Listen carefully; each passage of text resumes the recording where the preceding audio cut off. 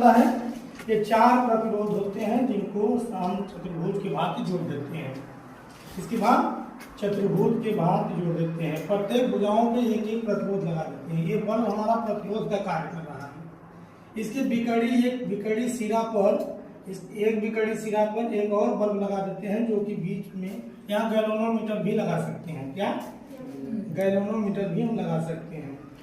और यदि इनके समग्र भुजाओं पर जुड़े प्रतिरोधों का अनुपात अगर बराबर है तो बीच वाले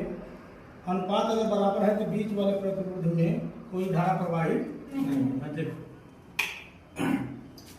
ये इसमें इस बल्ब में धारा प्रवाहित हो रहा है, लेकिन बीच वाला जल रहा है नहीं जला, क्योंकि इसका अनुपात बराबर है तो बीच में कोई धारा प्रवाहित नहीं हो रहा है।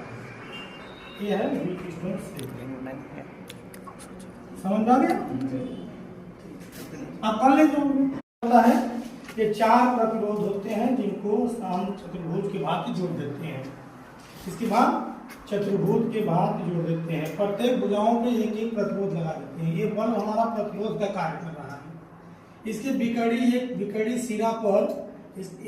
सिरा पर एक और बल्ब लगा देते हैं जो कि बीच में यहाँ गैल्वेनोमीटर भी लगा सकते हैं। क्या गैल्वेनोमीटर भी हम लगा सकते हैं। और यदि इनके समग्र भुजाओं पर जुड़े प्रतिरोधों का अनुपात अगर बराबर है तो बीच वाले प्रतिरोध में कोई धारा प्रवाहित नहीं।